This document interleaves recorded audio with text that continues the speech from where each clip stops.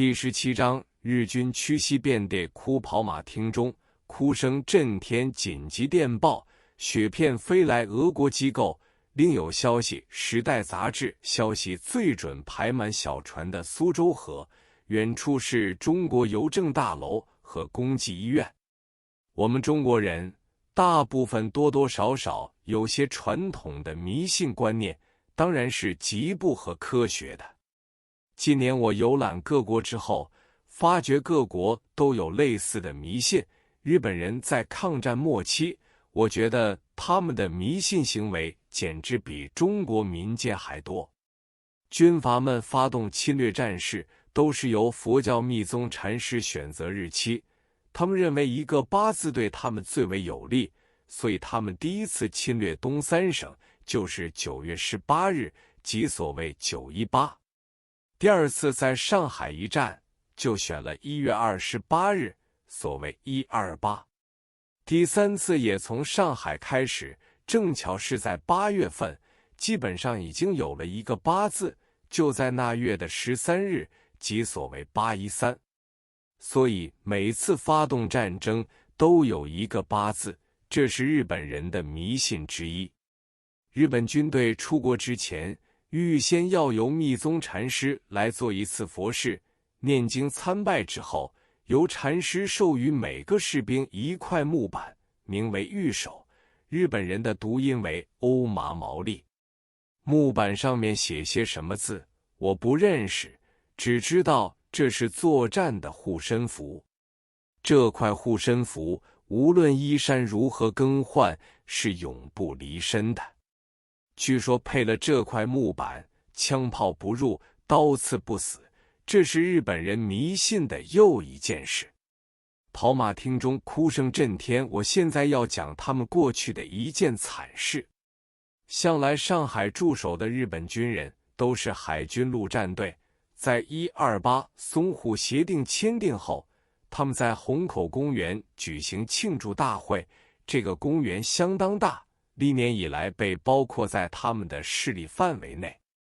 那次胜利大会举行时，他们把中国人全部赶掉，但料不到让朝鲜的革命党丢了一颗炸弹，日本的白川大将、重光葵大使等7、8人死的死，伤的伤。自此以后，日本人大集会就很少在虹口公园举行。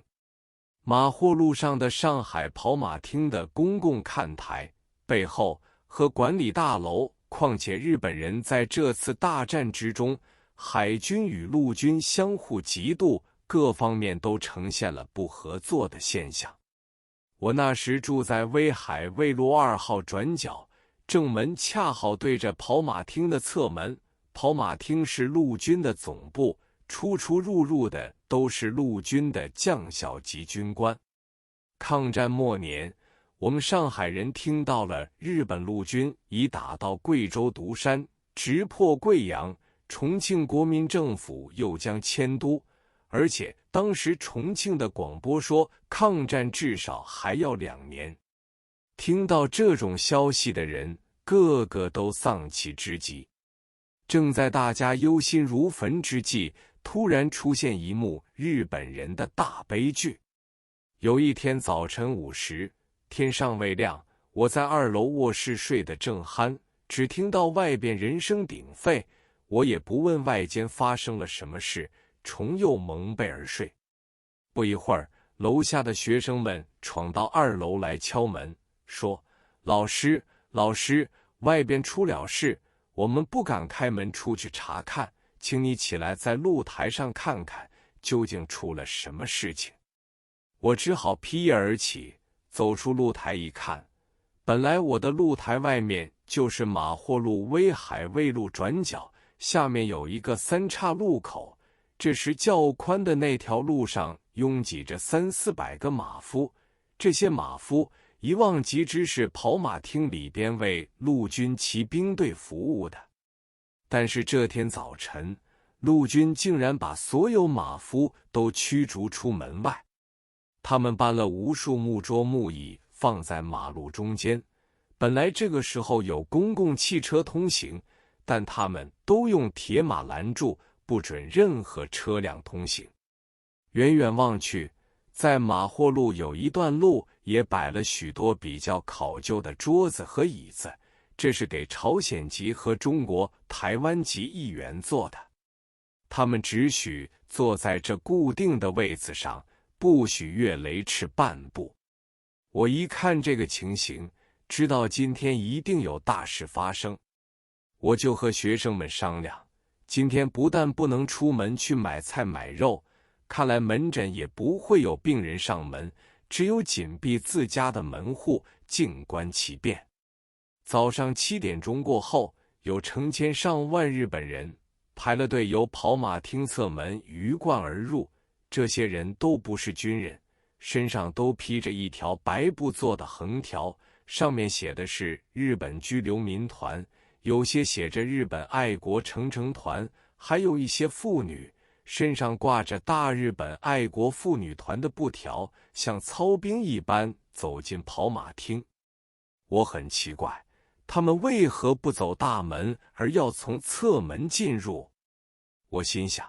不知这时跑马厅正门又是如何景象，就拿起电话向正门对面的一家广东菜馆曾满记的分店一问，这里的主人和伙计我都很熟，他们就告诉我，正门虽然大开，只有军人进出。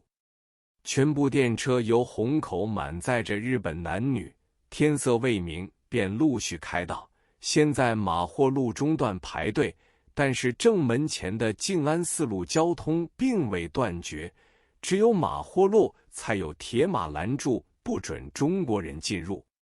我一想，他们今天一定有一个居留民团大会，为了掩饰静安寺路交通如常，使中国人看不出他们在玩什么把戏。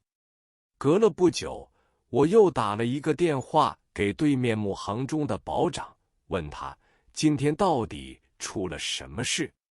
那保长回说，今天的事到现在还不知道，只是我的门口聚集许多高丽和台湾议员，有些来向我借沙发，有些要求烧水冲茶，看来不知要闹到什么时候才能终了。我刚搁下电话，见到一日本军乐队奏起哀乐，接着有日本僧人200-300人排队进入，一路上敲敲打打，口中好像还念着经。这种日本僧人大约每走10步就下跪一次。最后出现许多马拖的车，车上载着许多装骨灰的坛子，还有几架车，上面载着血衣和木匣。我看到这个情形，就想到这些木匣里面装的一定是阵亡将士的遗物。